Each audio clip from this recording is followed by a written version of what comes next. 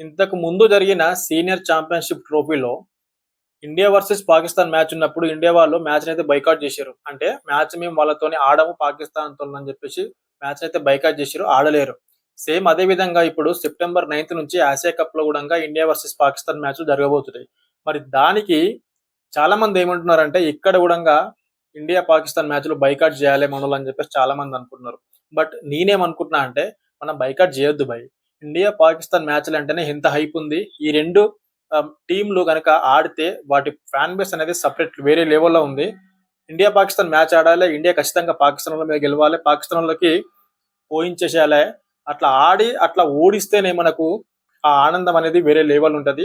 ప్రతి ఒక్కరు గూడంగా India Pakistan match అంటే ఏ పనులున్నా గాని ఫోన్లుంటే ఫోన్లు లేకపోతే టీవీలుంటే టీవీల ముందు కూర్చొని అయితే చూస్తా ఉంటారు.